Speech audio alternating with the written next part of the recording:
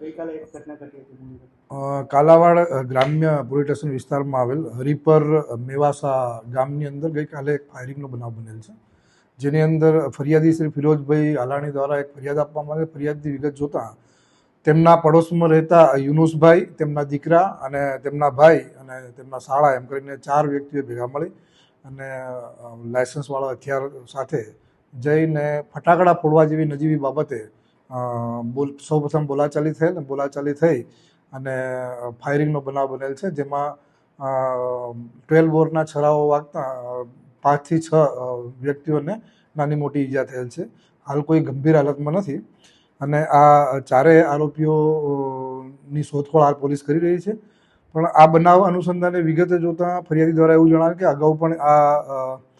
એમને નાના નાના ઝઘડાઓ અગાઉ થયેલ છે, જે ઝઘડાઓનું નિરંતરતા રહેતા આ બનાવ ફરી પાછો બાજુમાં જ રહેતા હોય ને સામે દેખાતા બનાવ બનેલ છે.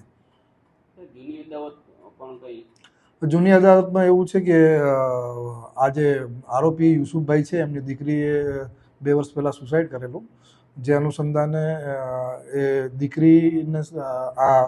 ફરિયાદી પક્ષના છોકરા સાથે સગાઈ પ્રેમ સંબંધ હોય તેવી વાત હતી, જે અનુસંધાને સુસાઇડ કરેલું એવું માની અને આરોપી પક્ષે નાની મોટી બોલાચાલી અવારનવાર થતી હોય ને ત્યાં ફટાકડા ફોડવાની ઉજવણી કરતા એવું મનમાં લાગી આવતા આ બનાવ બનેલાનું પ્રથમ દૃષ્ટિએ જણાય.